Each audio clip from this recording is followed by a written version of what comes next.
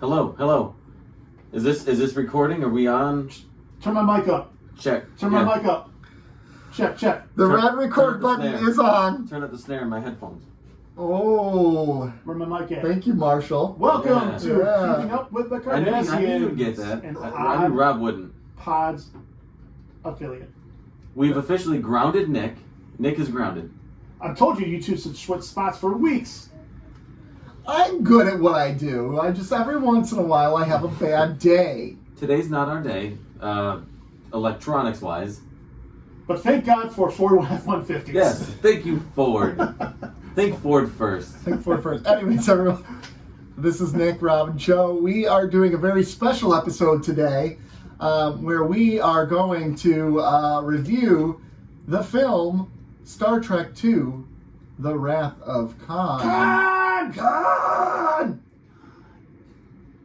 We're going to review that bad boy because last week, as you know, we reviewed Star Trek 1. Because, and here's the thing, folks. The reason why we're doing this right now is because Rob has left us. Rob has left this country. He doesn't know where he went. He just went away. I have no idea where Rob's in the Bermuda Triangle. He left us for weeks. He left us for weeks, and he's just left us alone and said, "You're on your own." So we had to record some episodes ahead of time, and we decided it's the Christmas season.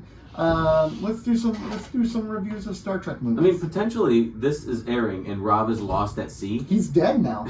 Rob is dead. This is. I've officially my farewell podcast. I've officially moved into his house at this Not that point. anybody cares. At this point, as this podcast airs, I am trying on Rob's clothes in the mirror. Do you guys want that door code for the front door? Yes. I think you already have it. 1, 2, 3, 4.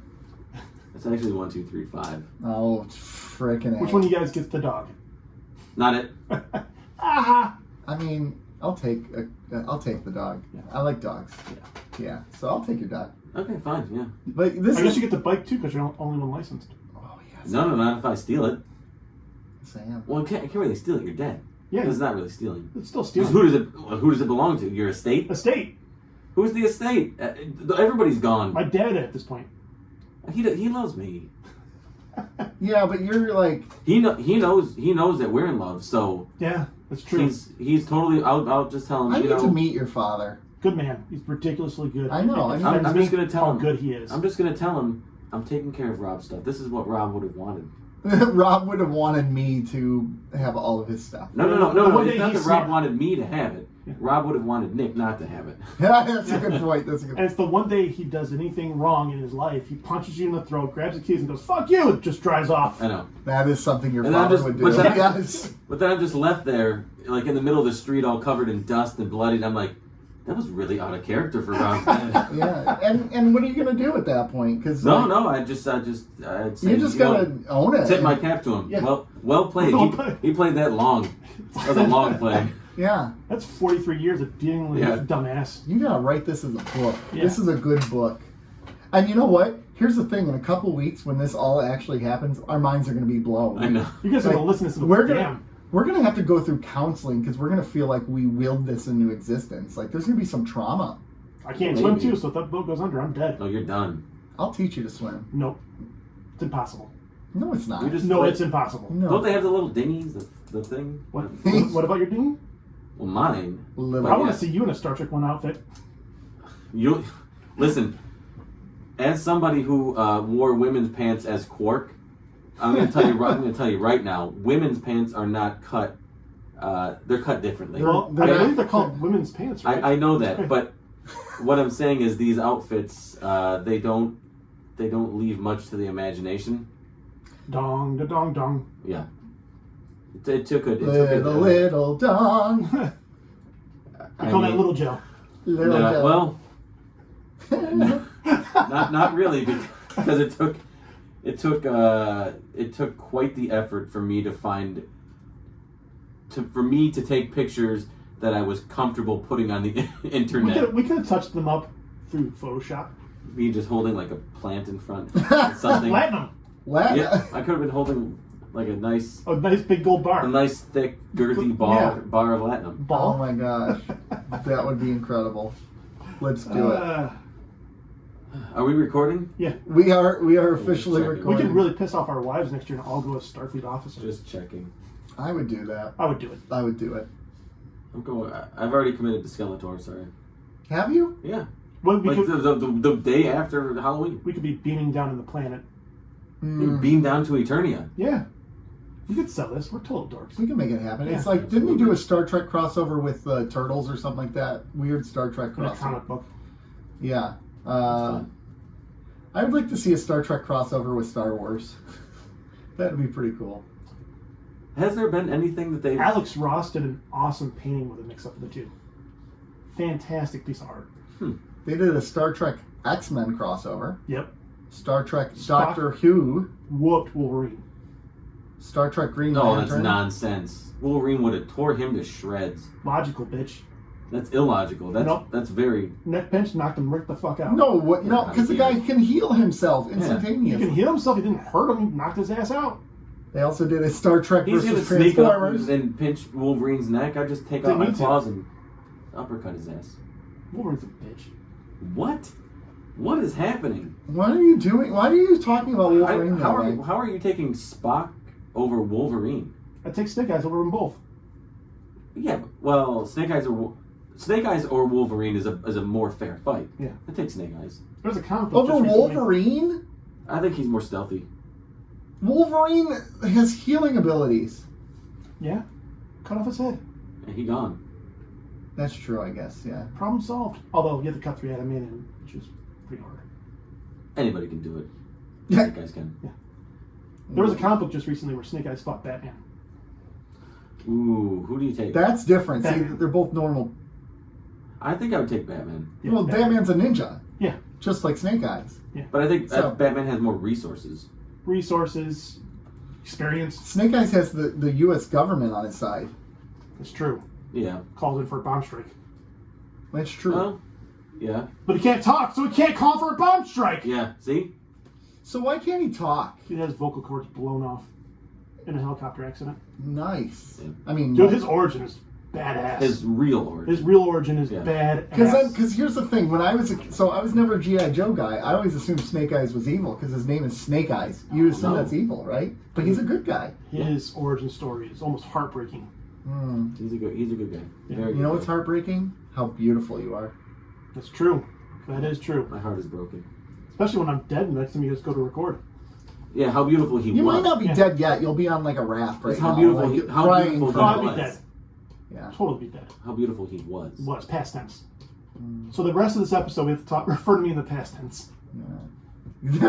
Okay.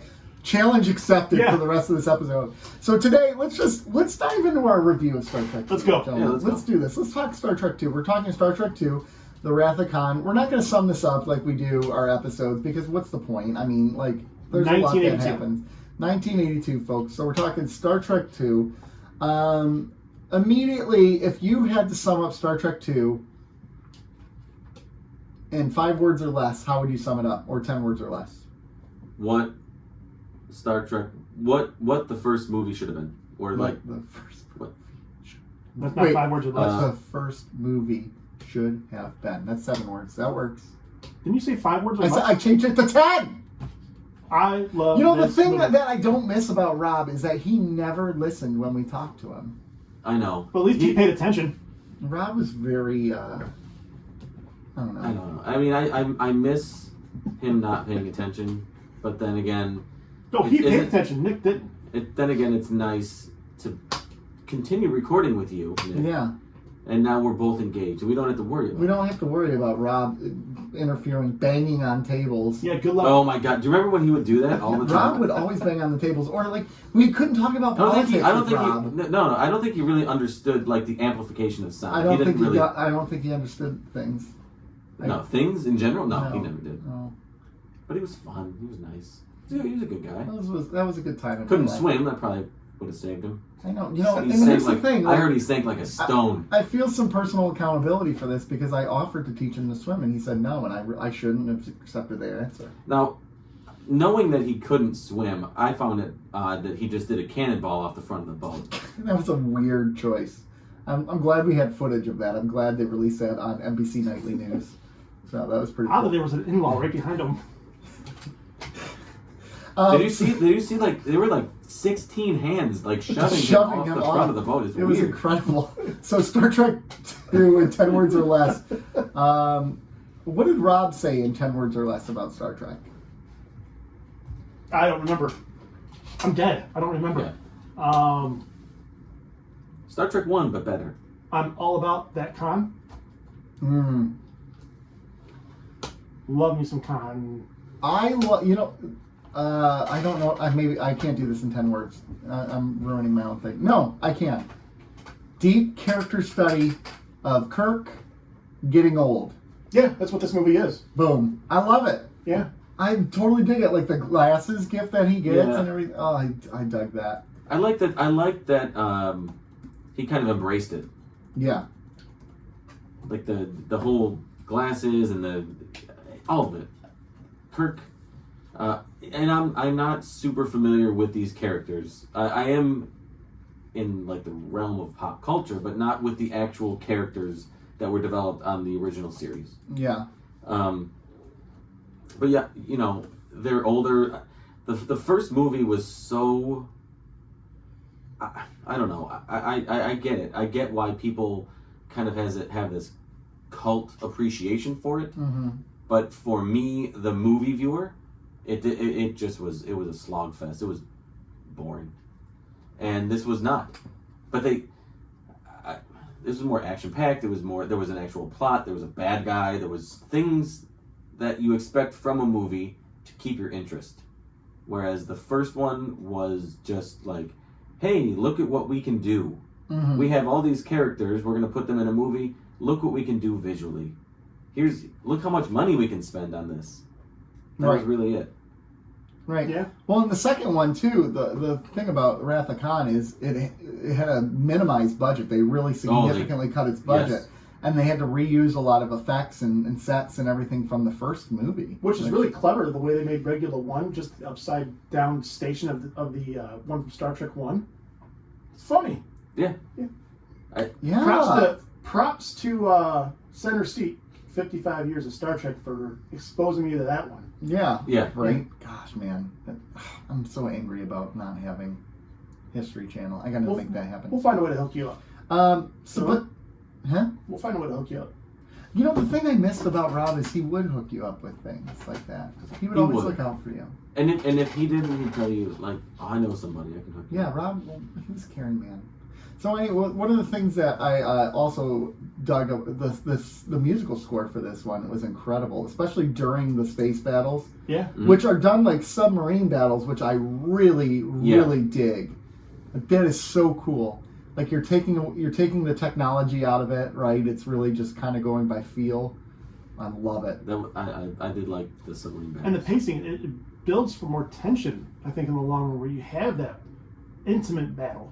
Right. Yeah. I think this movie was better paced than the original. I mean, than the motion picture. I mean, that's pretty easy to do. Yeah. Mm-hmm. Mm-hmm. It actually had a pace. I think they're still filming the motion picture. They're still working on it. Yeah. Well, that's the great thing about Star Trek 2 is it really doesn't have slow points. It's constantly moving forward, right? And it's weaving in and out of different storylines. I mean, you start off, it's this training mission, and then they're dispatched or whatever. But then you kind of weave in through the story about Kirk getting older. Then all of a sudden Khan comes back, and then there's his child. Now he has a child that he doesn't know about. Like, so what was that all new to this film, or what about the woman? What's her Carol Marcus? Well, I know he was known as a lady. He's got more than one kid. I'm just saying. But I mean, Khan was from an original series episode. Yep. So was the was she from it? Or she's No. old? It's all brand new for this film. That's new for this film. Yeah. They could have picked anybody from the original series to actually probably do that with, but they probably just went with somebody new. Now, I liked learning that Khan was from an original series episode. I liked that Space Seed. Yep. I liked that they did that for the second film. Like they went and connected the two, where other than the characters, there was really no connection to the series in the motion picture, was there? No, and probably little things here and there, but I mean, even if you take the plot from Space Seed and find out that Khan would be an incredibly vengeful person, and bring it to this, Yeah. that's a great character to use. Like a great character to use for the feel of this movie. Mm-hmm. Well, and also the fact that I think one of the issues with Star Trek 1 is that their thought was, we have to get new fans, so we got to pretend like this is just a new thing, right? Where Star Trek 2 says, look, you can embrace the old while also bringing on the new, and it did it extremely well. And especially back then, people knew who Spock was. They knew. I mean, really, back then, that's when Star Trek was kind of at its almost highest with how in the lore. Yeah, because their 82? their fans were like hungry. Yeah. So I mean, even if you weren't a fan, you knew of it, but just because Again, of how hungry those more fans things were. I learned on Center Seat. Yeah, Center Seat was huge for that. mm-hmm. Check out our interview. Yeah, check out our interview with Brian Volkweiss. But yeah, you can learn that even. I think this is more ingrained where you heard Spock, you knew they were friends, and then even at the end of this movie, spoiler alert, when Spock dies, it has that impact. It was even that was even an impactful scene, plot point for me, who, I'm not super connected to Spock. I know who he is, I know what he represents, I know the character. Yeah. But even I was finding it like, this is a big scene. This is a big deal to kill to quote unquote kill a major character in this series, or in this group of original series and films. Yeah, and did you guys react to that when I died like that? I just want to know that. But anyway, no, Nick, do you remember when you found out Rob died? I remember where I was when I found out Rob died. I was in his bedroom. Yeah. On his bed. Yeah. Breathing in the smell of his pillow. Now, what is odd about that is you didn't know he was dead yet, and you were still doing that. Well, I usually do that when I know Rob's not home. Actually, You break into his house. I have this. I know. I see it on the Ring camera. I have this standing agreement with Crystal that I'm allowed to just come in the house whenever I want to. That's why my drawers are always all over the place. That's part of the reason. That's part of the reason. You're very messy. You're like the wet bandits. You just leave trails of everywhere. your presence everywhere. Yeah. Coincidentally, Snail the trails. underwear's wet too. Jesus. So Kirstie Alley, how about that Kirstie Alley as Savick? She was good. It's cute. Kirstie Alley was a looker back in the day, wasn't she? I found her pretty. I mean, she's borderline insane now, isn't she? I think not so. Borderline. Like She's like severely crazy. Oh yeah. I mean, I think she Awful. probably was back then too. It's just you didn't really realize it because there wasn't as much media coverage. Yeah, I wonder if she was. Super cute though. Yeah, I never heard anything bad about her on Cheers, which started right after this. Yeah, this was her first feature film. Yeah. Was it really? Mm-hmm. Yeah, Was this like a first major role for her in general? I believe so. I I think this think so. Cheers was right after this, right? Wasn't it? Oh yeah, filmography. Yeah. 1982 was that, and then no, Cheers wasn't until 87. So Oh, that really? was 5 years later. Oh, And she just had small. Oh, she was on the cast of a show called Masquerade. She was part of the main cast. Okay. But that was Take it. your word for that one. That was it. It had 13 episodes. Lasted one season. Oh, yeah, 13 episodes in the early 80s is nothing. No, it's really That means not. your show sucked. yep. Yeah, And you're gone. Yeah. she was on the Match Game. That as probably herself. means like 2 aired and the rest got canceled. Yeah. Back Pretty then. much. So, anyways, that's. Yeah, I guess I didn't realize that was her first major role. Like that's pretty cool. Well, but then she dropped out. Yeah. She was done. Yeah. Apparently, there's some kind of interview with her out there that opened like Brian Volkweiss's eyes, which I haven't seen the interview yet. It wasn't on Center Seat yet. Mm. So I'm gonna Google that bad boy. Okay. Mm-hmm. So I'll be interested in a little more of that. But as far as in the role, she was great as Savick. She was half Romulan, half Vulcan, Yep. which is unique because the two races kind of hate each other in the long run, Mm-hmm. or don't get along. Mm-hmm. So I thought she So did there well was with it. some hate sex going on, huh? Well, some angry sex. Yeah, I like it. Yeah. Someone's getting choked. There you go, Joe. This is uncomfortable. Okay. Speaking of the Sure. outcomes of sexual intercourse, the I appreciate how they cast a blonde for Kirk's former love interest at one point, and the kid has curly blonde hair. Yeah. Which you could kind of see the two, because Kirk's hair is kind of wavy, right? Yeah. And she's a blonde, and it just kind of fit together nicely. And I like how there's the tunic that Savick wears in a turbolift with Kirk is reminiscent of the motion picture outfits. It's kind of a nice little tie back. Yeah. But, yeah, that's a good point. But yeah, I appreciate that too. I noticed that Carol Marcus and David Marcus really did look similar. The only thing was he was significantly taller than both of them. Well, yeah, but that happens. It does happen. Yeah. My brothers and I are significantly taller than my dad. Yeah. Oh yeah. That's. I mean, it's an anomaly, but it does happen. Yeah. And David's hair is kind of similar to Kirk's in a lot of ways. A little like brushy, wavy hair. That's what I was saying. It's blonde and it's kind of got the same, a similar texture. It's a nice touch. Yeah. Nick, do you remember when Rob was here? Who? I think you've already forgotten him. Who's he? He was the third host of this show. Ah, I do remember him. He's dead now. You know what's great about this? It's no different than any other people. Did you hear they're now opening up a murder investigation into that case? Did it have anything to do with the 16 hands that pushed him over? Surprisingly not, actually. That's a great. If you were going to do it, you should do. Because they can't. Can they get all of you? Who pushed? It's like a firing squad, right? Like who actually fired? Like you can't. Yeah, that's a very good point. They're just everyone's all covering for the other person. I heard the family has hired Jeffrey Feiger to represent them. So we're gonna find out. Is it bad that whenever I see Jeffrey Feiger involved in something, I'm like, this isn't legit? Well, I mean, he's kind of done it to himself.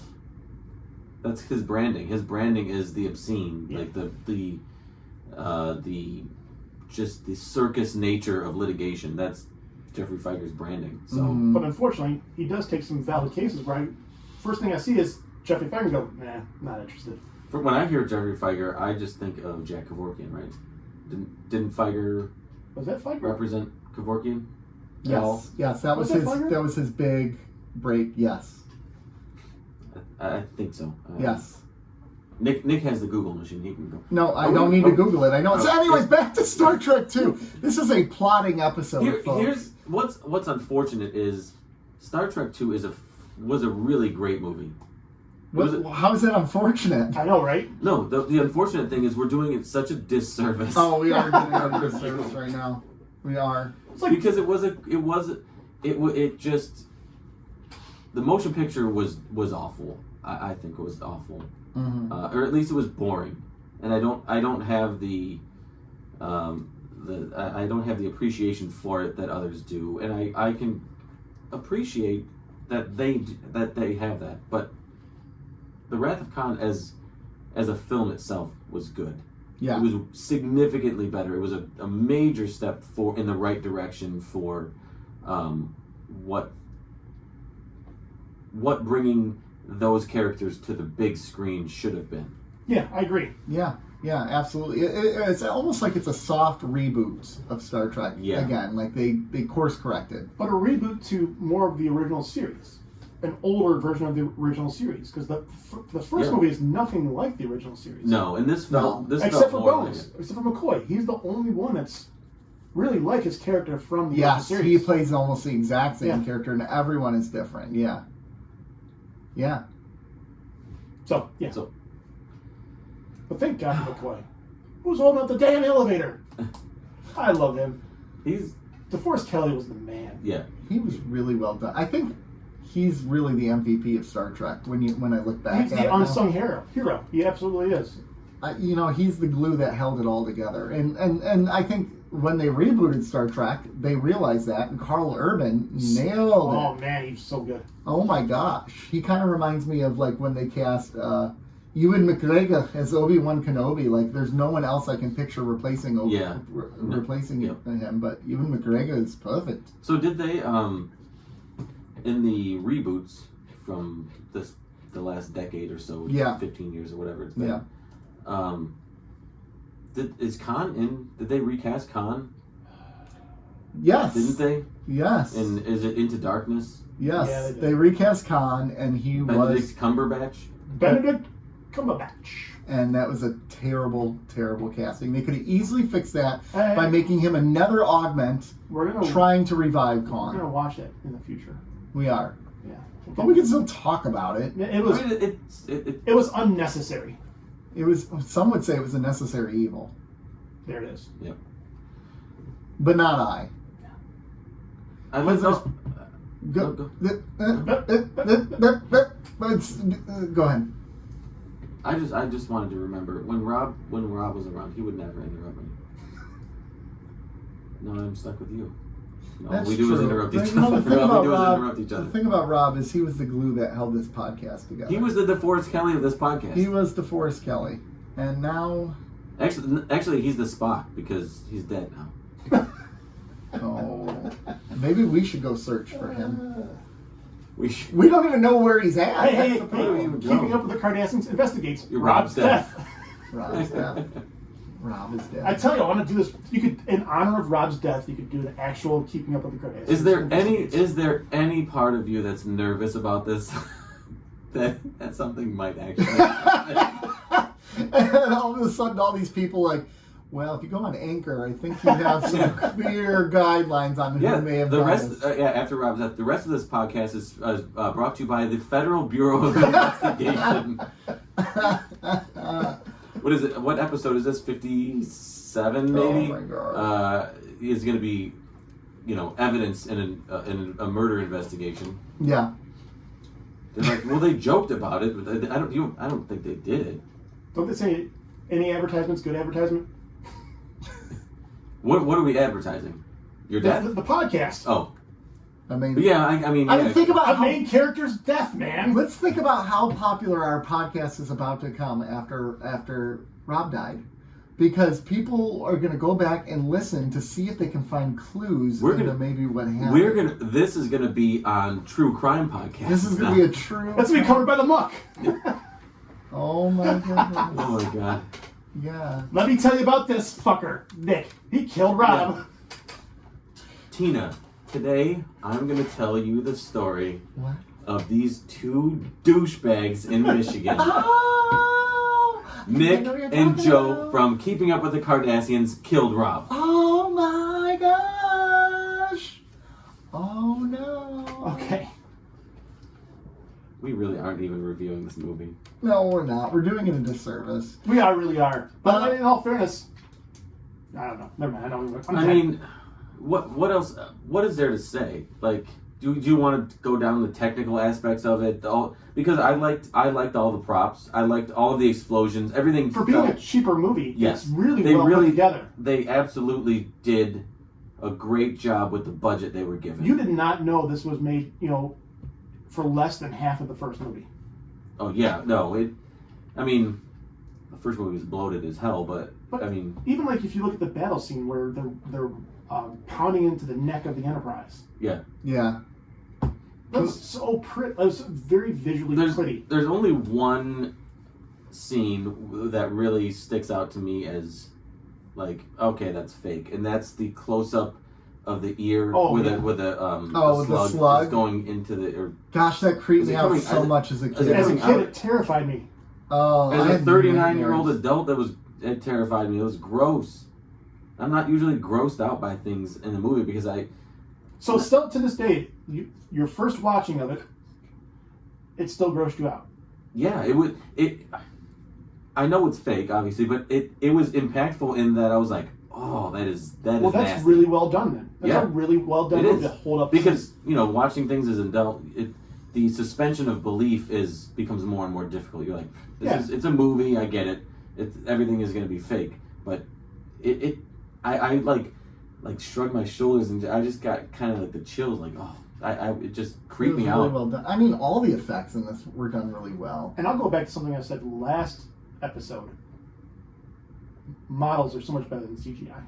They are, because even in the space battles when the ships are fighting and damage happens to the ship, there's a weight to it. When I see CGI battles, it feels like it's all happening and just like nothing, which is you know, we're talking about space here, so I mean, Well, yeah. Right.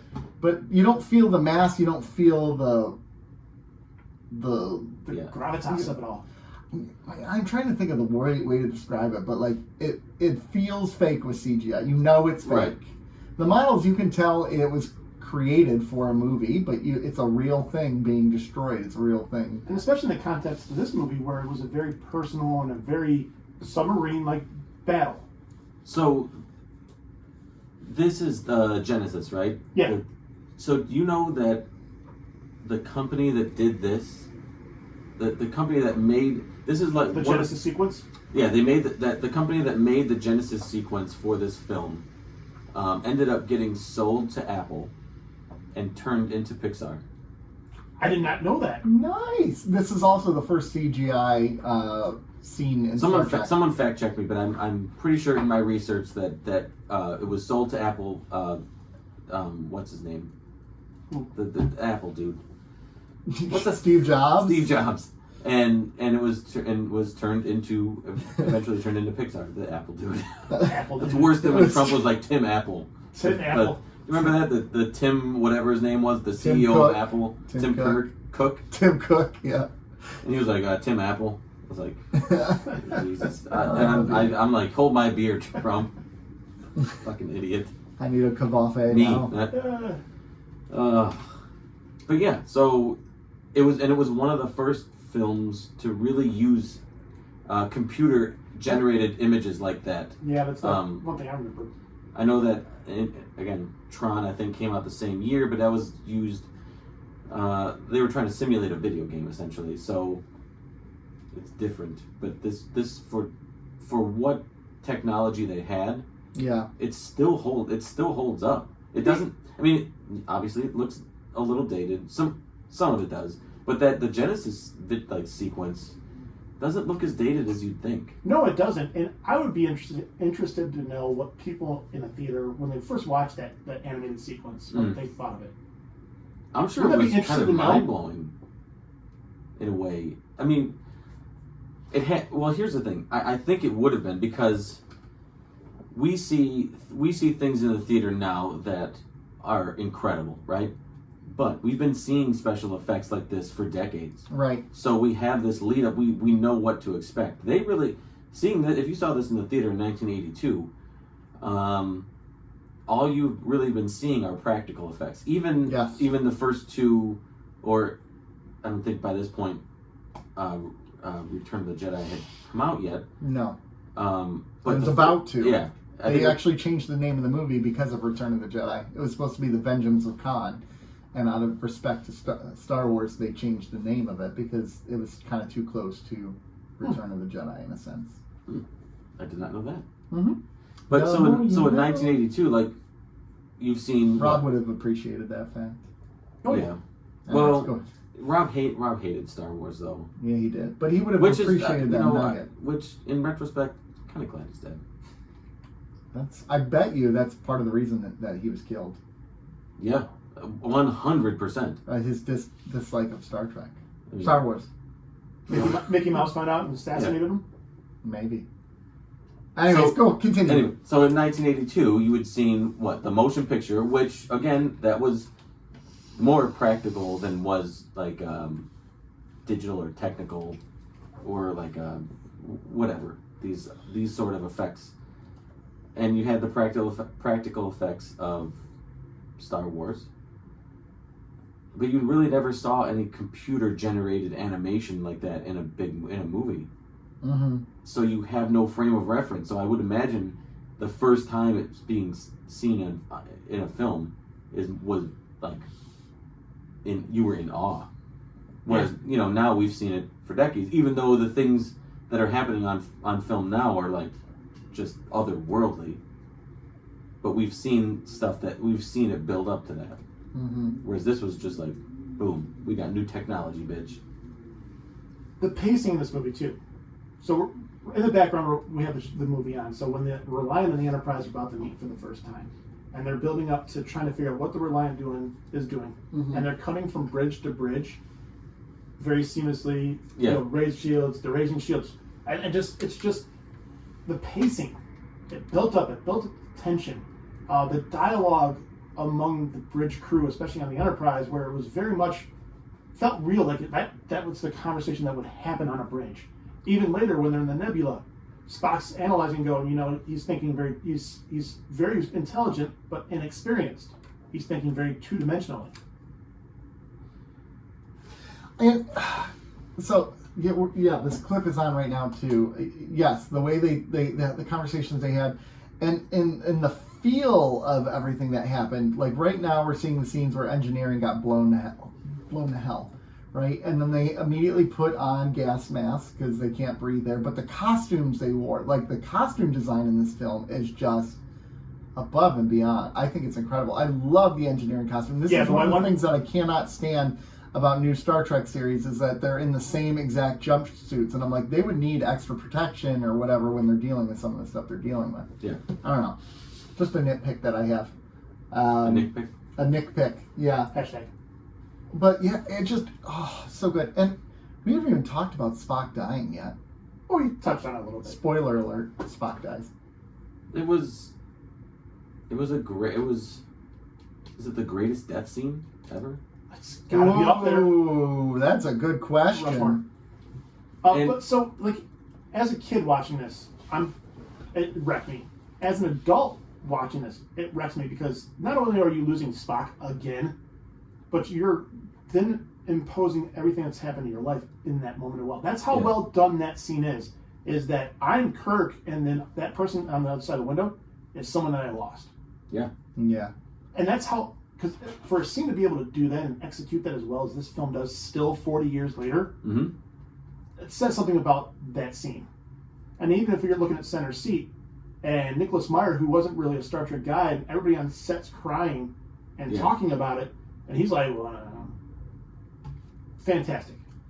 And I think it just accentuates the chemistry that those two had. Yeah. Yeah, I would, yeah. It was, well, and here's my question for you, being that you don't have a lot of history behind Star Trek.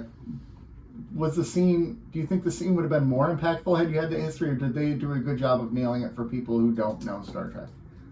Oh, I'm sure that it would have been at least a little bit more impactful if I had a bit more context or a bit more history with the characters. Yeah.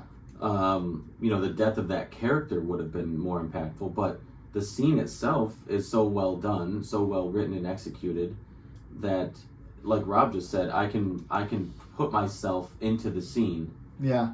And the emotions that are within that scene, I can feel those as completely as the writers and producers wanted me to. Yeah, and one thing that gets lost in friendship is there is true love in friendship. Yeah. Mm-hmm. There's 100%. Absolutely. And losing somebody in front of you, or losing somebody around you, or losing somebody in general, that's a friend, that's a dear friend, like Rob, would break your heart. Like when we lost Rob, Nick. That was a very difficult time in my life. Can you guys celebrate? Yeah, we're going through the stages of grief. Yeah. Isn't celebration? Isn't celebration? Is that a stage? It's a depending on who's dead, it could be the very first stage of grief. Yeah. And last the longest. But to that point, friendship, man, that's what it is. It's like, you guys know about some of my history. I can relive that and kind of go, this is, where I was at one point. But that's a friend that I lost. And then, yes, I like that it was able to execute that as well as it did. Yeah. Yeah. Yeah. And to your point, even without having the back history of knowledge or, with these characters, I still appreciated that scene and I still appreciated what that scene meant to everybody else who was watching it who does have it. Yeah.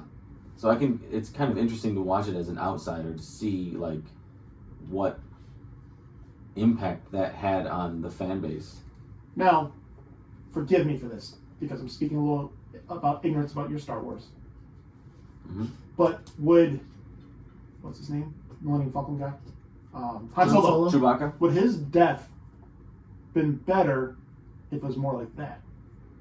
If he sacrificed himself? Yeah, because didn't he get killed by his kid? Yeah, but in a way he kind of did sacrifice himself. He was trying to, I don't know. Would you have liked something more? I thought that was a great death.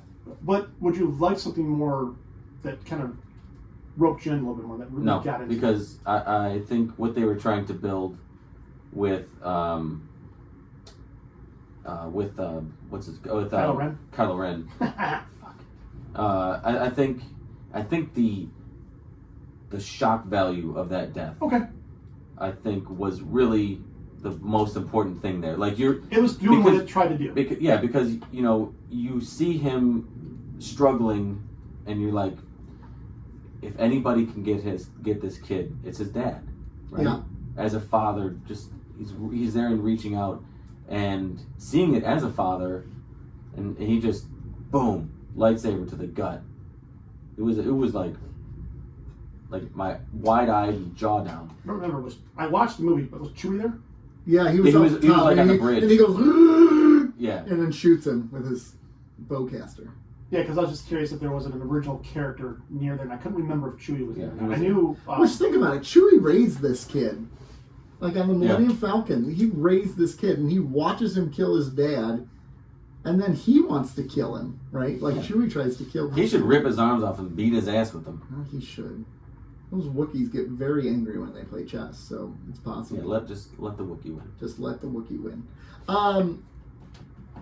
Anything else from Star Trek 2? Should we rate it?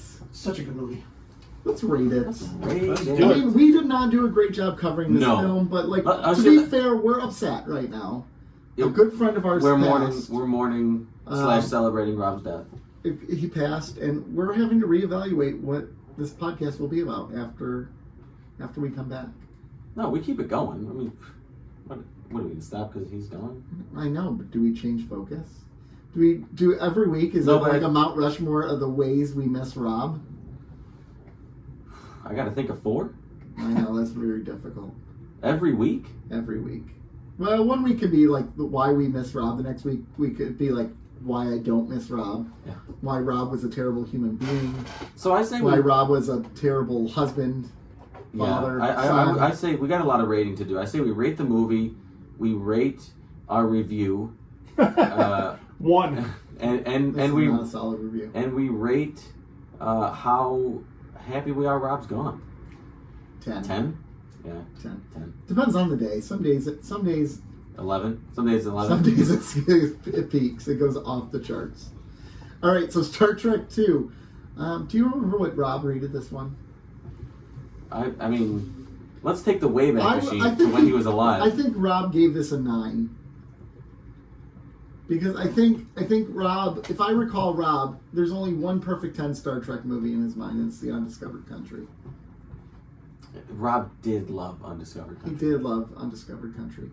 That's gonna be the sad one to do, I think. When we get to it's going to be real sad. Rob loved this movie. Rob loved it. Okay.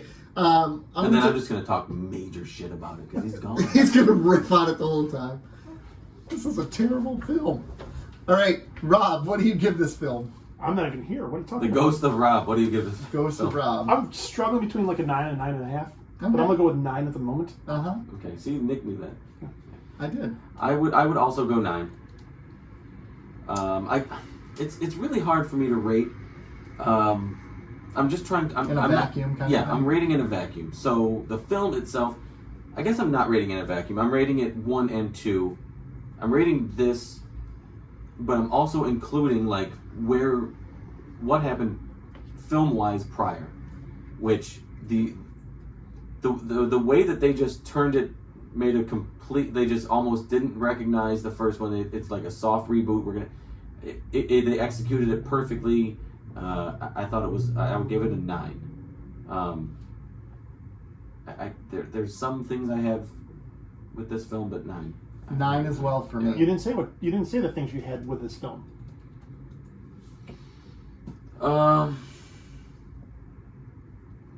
I don't know. I just,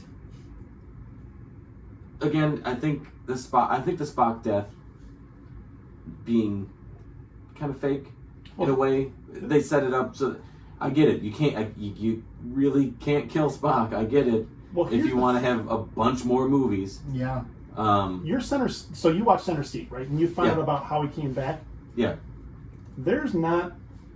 That's inaccurate. So they finished this movie. Maybe Brian Volk Weiss killed Rob. Yeah, for him. Well, let's say there's crap. conflicting reports, but everything I knew about this from 1982 until we watched Center Seat was that Leonard Nimoy was 100% done. This movie was done and in the bag, ready to hit theaters. It was added on home video, the Remember thing, and that last sequence. It was added on home video, so that it wasn't in the theaters.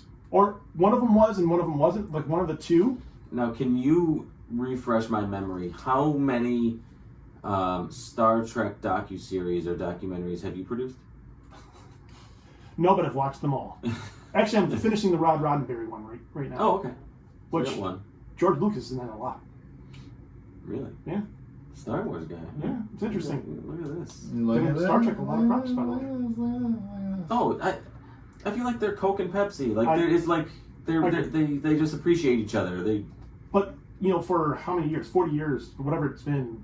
It's the fans that do that. The fans are like the fans are dickheads. Yeah, the fans are like Yeah, Star Trek on both versus sides of the coin, they're Star assholes. Trek versus Star Wars. It's like Marvel versus DC. Just appreciate Yeah. the two. Like, I'm not a big Star Wars fan, but I get it. I get it for you guys. I get that that someone would have a preference, but to outright hate one or the other. I don't hate it. I just don't appreciate it at all. Like at all. I think it's kind of dumb. Nick, he did hate it. Hated it. But for so many years, I've heard that this was cut and released, gone, and half the stuff that they added, that the Spock coming back, wasn't in the theaters. So he was done, but then I guess he had a change of heart at some point. And by the time it came out on home video, that check cashed. Yeah, exactly. Well, probably because it was so well received, and he knew it was a great film. Like, I think after Star Trek 1, you're like, yeah, you might start I'm done with reevaluating. this. I'd reevaluate a lot of stuff after Star Trek 1. Right. So I think the intention was initially he's dead, and that's why Nicholas Meyer, when they talked about adding the stuff, was like, dude. And you even see Ronald D. Moore in Center Seat say, I don't like how they brought Spock back to life. Who is Ronald D. Moore? Ronald D. Moore. He's a writer and producer on Star Trek Deep Space Nine and The Next Generation. Nick, what else has he done? I would say Star Trek First Contact. I would say one of the most disappointing things about Rob was the fact that we never got to watch Battlestar Galactica together. Never heard of it. That's true. He died never hearing of never hearing about Battlestar He's never Galactica. even heard about what a great show it was. And I really regret that. All right, gentlemen. No. Nick hasn't only rated this yet. I give it a 9. I gave it a 9. I give it a 9. Nine I across give the it a board. 9. 9 across the If board. only you had told him about that show on a weekly basis. I'm really... Directly There's into a a lot microphone. I would go back and redo in my life. Yeah. Yeah. I would have... You know what? Does Rob's death make you reevaluate how you live your life? Yeah. Are you living it with more zest? Less zest. Less zest. I realized that Rob brought out the worst zest in me. So I'm bringing the zest back. I'm dialing back the zest. Okay, well. And I'm not fully clean. Unless I'm zestfully clean. Deep cut. We've never, so deep we've never mentioned that. All right, gentlemen, where can you find us? I'm dead. Patreon. Well, you can find Rob 6 feet under in a cemetery somewhere in southeast Michigan. Okay. I'm in the ocean. They didn't drag me. I don't know. Okay. Well, Okay. I mean, Okay. No, they bit. What do they do for funerals for people that drown in the ocean? Empty casket. That's sad. That's super sad. It's more Wasn't sad it than sad when we more went to sad his than your funeral and we tried to open the casket to hug him and there was nothing there? Gone. It's just like seaweed and It was fish. All right, so Patreon. We have four. Patreon. We have 4 Patreon. We do it. We have 4 As of this supporters. recording. As of this recording. We have 4 patrons: Marv, Kat, Hillary, and Annette. Yeah, thank you all for being patrons. We are repaying them with more of this nonsense. Yeah. Which if you want to sign up on our Patreon account, we'd love to have you. We have multiple tiers, all affordable, 2, 5, and 10. are you doing the advertisements for our social media now? Wow, look at that. Well, I'm dead. in Rob's, you know what? In Rob's place, someone has to pick up the slack. So You can find us on on Instagram at keeping_up_ Cardassians. You got it. Rob would be so Rob proud. would be so of you. proud. You can also find us on the Twitter. At Cardassians Pod. At Cardassians Pod. And we'd love to see you all. And it's been a joy. It's been a pleasure. And have a drink. If you have a drink for Rob. If you have kind words about Rob Reed that you'd like to send our way, please do. Moreover, if he pissed you off at some point during his life, send those words. Yeah, let us know. To me, I'm going to be honest with you. Your kind words, I'm going to throw away. Yeah. Those negative words. What's going to happen? I'm going to read it. Be like, oh, bullshit. They're just saying that because he's dead. Yeah. Well, it's been real. Rob, this one was for you. Rob, we're going to pour one out for our homie. Joe and Nick are in mourning. Bye, all. Bye.